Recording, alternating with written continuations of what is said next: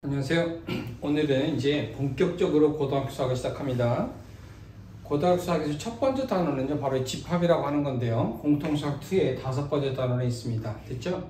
집합은 말 그대로 인간이 집합이라는 용어를 쓴 지가요, 한 130년쯤 됐어요. 그러니까 130년 전에 수학자들이 처음으로 집합이라는 용어를 쓰기 시작했는데, 느모르강, 칸토르 이런 사람들이요, 집합을 만들고 집합으로 학위를 받았어요. 그러니까 그 지도 교수들은 집합을 인정한 건데, 그런데 불구하고 세상에 수학자들이 모여서 집합이라는 학문을 발견했을 때 수학자들이요, 회의를 했어요. 불란서에서. 그래가지고요, 집합으로 박사학위 받은 사람의 논문들을 다 뺏어버렸어요. 그러니까 집합 박사학위를 취소시켜버린 거죠. 근데 얼마나 무서운 일이 벌어졌냐면, 그 뒤부터 한 10년 뒤에 기계공학자들이 전자계산기를 발견을 해요. 그러니까 초창기 전자계산기는 교실만 했어요.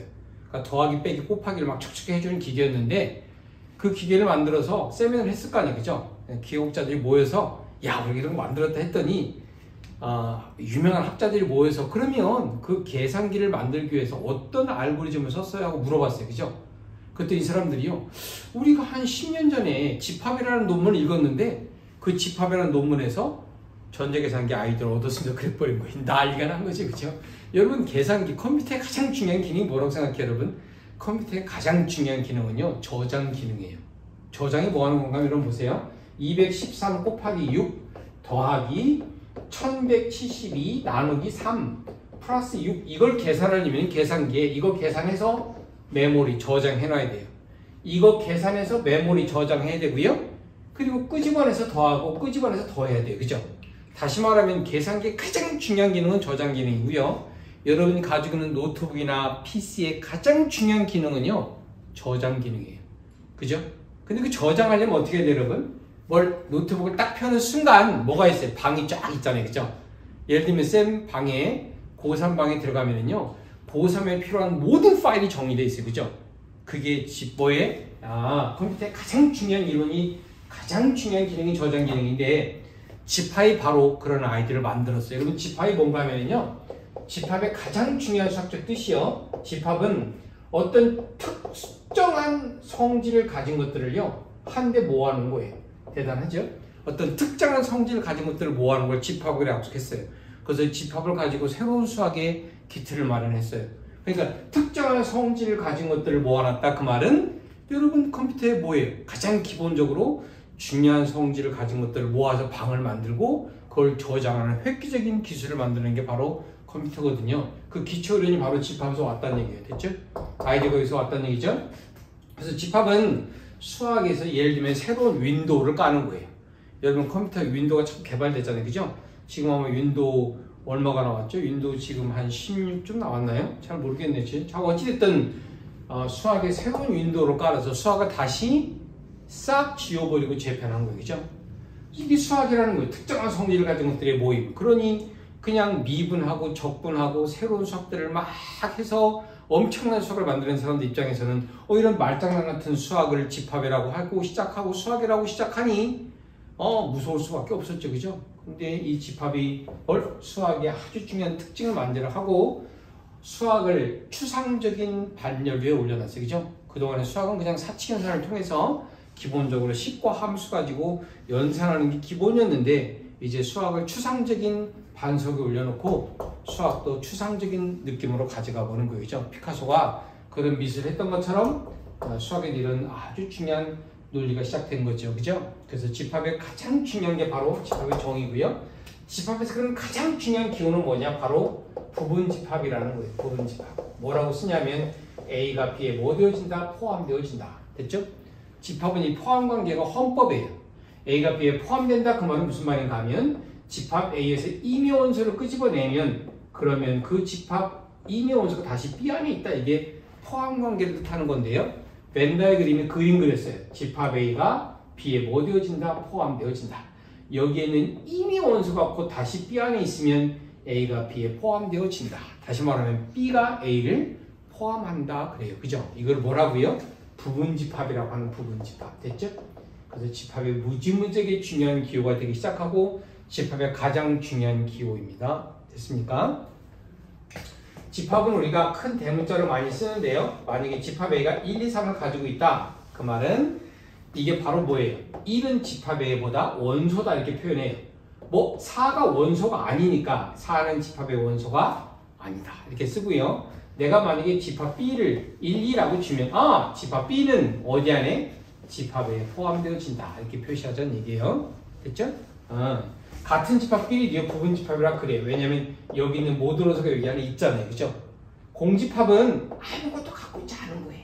됐죠?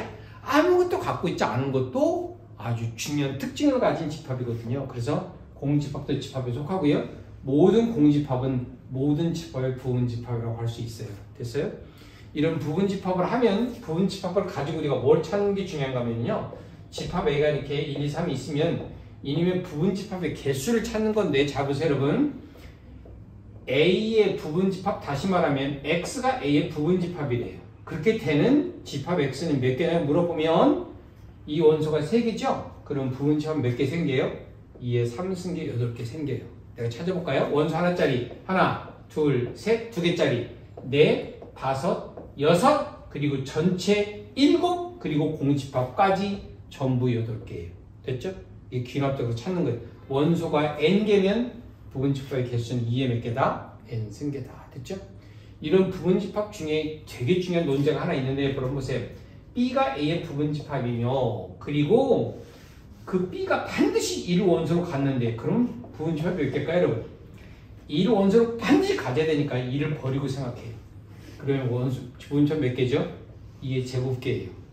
이 4개에다가 2를 다 넣어주면 되거든요. 그죠? 만약에 B가 A의 부분집합인데 2를 절대로 갖고 있지 말아요. 집합 B가요. 그러면 2를 버리고 생각해요.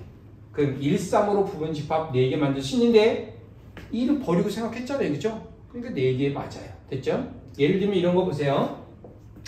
B가 A의 부분집합인데 B는 A는 아니 이런 거 뭐라 그러죠 여러분? 이런 걸 진부분집합이다 그래. 진짜 포함되는 같은 게 아니니까요. 그러면 부분집합의 개수에서 자기 자신 하나 버려야 돼요. 그래서 7개가 되는 거예요. 됐습니까? 집합 B의 개수를 얘기하는 거예요. 여기서 딱 하나 조심해야 되는 거 내가 얘기해 줄게 보세요. B가 A의 부분집합이고 B가 A가 달라요. 그러면 진부분집합이잖아요. 그런데 B가 2를 절대로 갖지 말래요. 됐죠? 그럼 여러분 어떻게 하면 좋아요? 갖지 않으니까 버리고 생각한다 그랬죠? 1 하나 버리고 2의 제곱개다 이렇게 주는데 어떤 사람이 진부분집합? 그러니까 하나 버리려고 생각하는데 그러면 안 돼요. 왜냐면 하나 버리는 이유는 자기 자신 때문에 버리는 건데 여기는 1을 갖고 있지 않잖아요. 그죠? 그러니까 집합에 자신 없어요. 그래서 진부분집합으로 해서 하나 버린다고 생각하면 안 되는 겁니다. 그냥 4개가 답이라고 해요.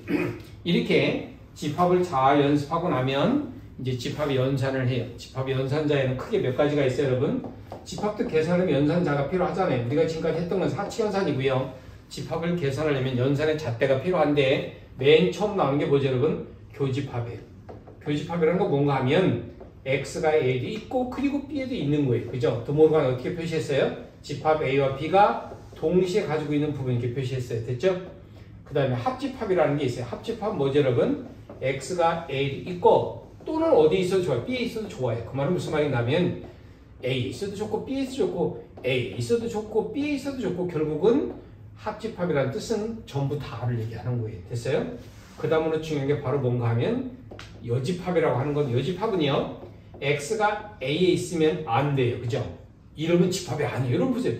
A가 여기 있는데 A가 아니래요. 그럼 이렇게 간다는 얘기예요. A가 아니면 집합이 안 돼. 집합은 반드시 감싸고 있어야 되니까 X가 A에 있지는 않지만 그 X는 어디 안에? 전체라는 집합 안에는 반드시 포함되어 있어야 돼요. 그죠? 그래서 여집합 얘기를 할 때는 반드시 전체라는 게 필요하다는 걸 명심해 둬야 되고요. 집합에서 가장 중요한 연산은 뭐죠? 차집합이에요. 됐죠? A에서 B를 버린다는 얘기인데요. 그림 먼저 그려줄까요, 여러분? A에서 B를 버려라 그 말은요. A에서 B하고 관계 있는 건 버리십시오 그 말이에요. 됐죠? 따라서 요것만 남는데요. 집합으로 쓰면 A 그리고 B가 아닌 것 너무 중요하죠? A 그리고 B가 아닌 것 됐죠? A 그리고 B가 아닌 거의 공통 부분이니까 어때요? 요거 맞네요. 그죠? 집합의 특성상 여러 가지를 쓸 수 있는데요. 이거는 A에서 뭘? A 교집합 B를 버려도 되고요. 또 A와 B를 합한 거에서 뭘? B를 통째로 버려도 돼요. 다 똑같은 거예요. 그죠? 차집합을 쓸 수 있는 용도가 되게 많은데요. 집합의 특성이 이렇게 다양한 표현을 할 수 있다는 얘기예요. 됐습니까? 여기 연산의 자를 하면 그 다음에 연산의 법칙이 있어요. 그쵸? 모든 수학의 논리에서 사치연산이 있으면 집합에도 연산 자가 있으면 연산의 법칙이 있는데요. 수학에서 가장 대표적인 연산 법칙이 뭔지 여러분 기억나죠? 가장 대표적인 연산 법칙이 교환 법칙, 결합 법칙, 분배 법칙 그런 것들인데요. 집합에도 이런 중요한 연산의 법칙들이 있어요. 그쵸? 연산의 법칙을 내가 몇 개 써보면 첫 번째 A 그리고 B는 B 그리고 A다. 됐죠? 이렇게 교집합일 때는 자리 바꾼다고 하면 특별히 변하는 게 없죠? 그래요. 그 다음에 A 합집합 B 합집합 C A 합집합 B 합집합 C 하면 이렇게 연산 하나 이렇게 연산 하나 결과는 똑같아요. 그죠? 연산 결과 다 똑같거든요. 그래서 얘는 교환 법칙이라고 하고요. 얘는 무슨 법칙? 결합 법칙이라고 해요. 됐죠? 그 다음에 집합 연산에 중요한 게 하나 있는데요. A 그리고 B 연산자가 다르죠? 연산자가 다르면 전개하는 거예요. 분배한다 그러는데 A 그리고 B, A 그리고 C를 뭐 한다? 합집합으로 묶는다. 그죠? ven더의 그림이 이랬어요. 그죠? 여보세요, 보세요. A 교집합. 예를 들면 수로 2 곱하기 3 더하기 4 그러면 어때요, 여러분? 2 곱하기 3, 2 곱하기 4를 더한 거와 같잖아요. 그죠? 분배 법칙이라고 하거든요. 그런데 뭐 수에서 만약에 이렇게 됐을 때 이거를 갖다가 2 더하기 3, 2 더하기 4를 곱으로 묶으면 여러분 뭐 해야 돼요? 책 써야 돼요. 그죠? 수화식에서는 말도 안 되는 소리인데요. 집합에서는 스틸 성립해요. 집합에서는 스틸 성립한다. 그래서 집합의 다양성을 보여주는 거예요. 그죠? 집합이 이렇게 추론적이고 다양성을 갖고 있다는 걸 보여주는 거예요. 집합이 무슨 법칙? 분배 법칙이다. 됐죠? 이렇게 올 때는 거꾸로가 중요한데요. 거꾸로 이렇게 올 때는 반드시 A로 묶어내는 거예요. 공통수로. 그죠? 그래서 A가 분배하는 거니까 뭘? 분배하는 연산자를 갖다가 쓰는 게 중요하고요. 집합의 중요한 연산자가 또 하나 있었어요. 그게 바로 뭐죠, 여러분? 집합의 중요한 연산자 드모르강인데요. A 유니언 B 전체 여집합은요. 잡으세요. 항상 다 뒤집는 거예요. 다 뒤집는 거예요. 그죠? 됐죠? 거꾸로 이렇게 A 여집합, 유니언 B 여집합은 뭐라고 여러분? A 그리고 B 전체 여집합이다. 됐죠? 기본적인 것들은 드모르강 그림을 그려보면 아주 자연스럽게 검증할 수 있어요. 이게 집합이 무슨 법칙이다? 연산의 법칙이다. 됐죠? 그래야만 집합을 이런 거 가지고 잘 계산할 수 있다는 걸 여러분들이 특별히 염두에 두고요. 이제 집합에 기본적으로 마지막 문제가 하나 등장하는데요. 집합의 마지막 문제는 집합의 원소의 개수를 해야 되는 거예요. 원소의 개수 해야 된다. 무슨 소린가 하면 A 또는 B의 원소의 개수를 찾아라 그러면요. A의 원소의 개수에다가 B의 원소의 개수를 더하고 뭘? 집합은 두 번 세면 절대 안 되거든요. 공통점을 버려야 돼요. 그죠? 그러니까 A와 B가 있으면 A를 한번 세고 B를 한번 셌더니 어머 얘는 몇 번 셌어요? 두 번 셌잖아요. 반드시 한번 버려야 돼요. 됐죠? 우리 교과서에 이렇게 나와 있으니까 전국문이 이렇게 쓰는데요. 이렇게 안 써도 돼요. 표현하시는 방법이 굉장히 많거든요. 내가 한번 써볼게요, 여러분. A 유니언 B는요. A의 원소의 개수에다가 뭘 더해도 돼요, 여러분? 요것만 더하면 되니까 뭘? B-A를 더해도 좋아요. 됐죠? 내가 만약에 B의 원소의 개수를 찾았으면 뭘 여기다가 이만큼을 찾았으니까 뭘? A-B를 더해도 좋고요. 만약에 내가 A만의 원소의 개수를 안다면 그리고 B만의 원소의 개수를 알았다면 거기다 뭘 한번 더해줘야 돼요. A 그리고 B의 원소의 개수를 더해줘야 된다는 사실을 이해해야 돼요. 우리 교과서 이렇게 나왔으니까 전국민이 이렇게만 쓸 줄 아는데 천만에 그죠? 집합의 표현은 무지무지하게 다양하다는 거예요. 됐죠? 예를 들면 이거 보세요, 여러분. A 유니언 B 유니언 C의 원소의 개수는요. A에다가 뭘 한번 더하고요. B를 한번 더하고요. 그리고 C를 한번 더해서 잡으세요, 여러분. 이렇게 더하면 A에다가 B에다가 C를 더하면 보세요, 여러분. A, B, C가 있을 때 A에다가 B에다가 C를 더하면 이 부분은 벌써 몇 번 셌어요? 두 번씩이나 셌어요. 그죠? 두 번 셌으니까 한 번씩 버려주고 싶은데 이렇게 버리다 보니까 뭐는 여러분 이렇게 버리고 이렇게 버리다 보니까 얘는 뭐예요? 세 번 버려버렸잖아요. 그죠? 세 번 더하고 세 번 버렸으니까 한 번은 뭐 해줘야 돼요? 더 해줘야 돼요. 됐어요? 교과서 이렇게 써 있으니까 이렇게만 기억하는데 천만의 말씀이요. 이걸 표현하는 방법은요 수백 가지도 넘어요. 집합의 다양성 보다 이렇게 쓰는 이유는 우리가 이제 나중에 경우의 수나 확률론에 가면 이런 논리를 많이 쓰니까 교과서에 이렇게 써 있는 거지.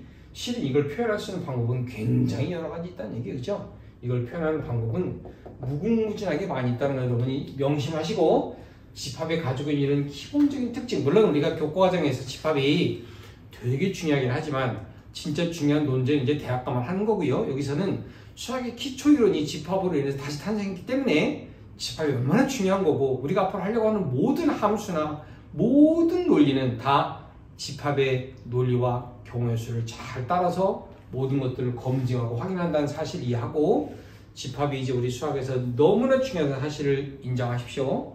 그리고 이제 이런 집합을 통해서 우리가 굉장히 중요한 수학을 전개할 텐데, 다음 시간에 집합과 더불어서 인간들이 가장 오랫동안 가지고 있던 명제를 공부하고, 그 명제와 집합이 어떤 관계를 맺는지 잘 연습하는 게 중요하고요. 이런 걸 하는 이유는 이제 본격적으로 고등학교 수학인 함수를 하기 위한 기본적인 첫 걸음을 떼기 위해서 우리가 집합이라는 알고리즘을 시작한다는 사실을 명심해 두십시오. 그래서 집합에 대한 연산을 잘 공부하시고 다음 시간에 명제에서 뵙겠습니다. 여러분 감사합니다.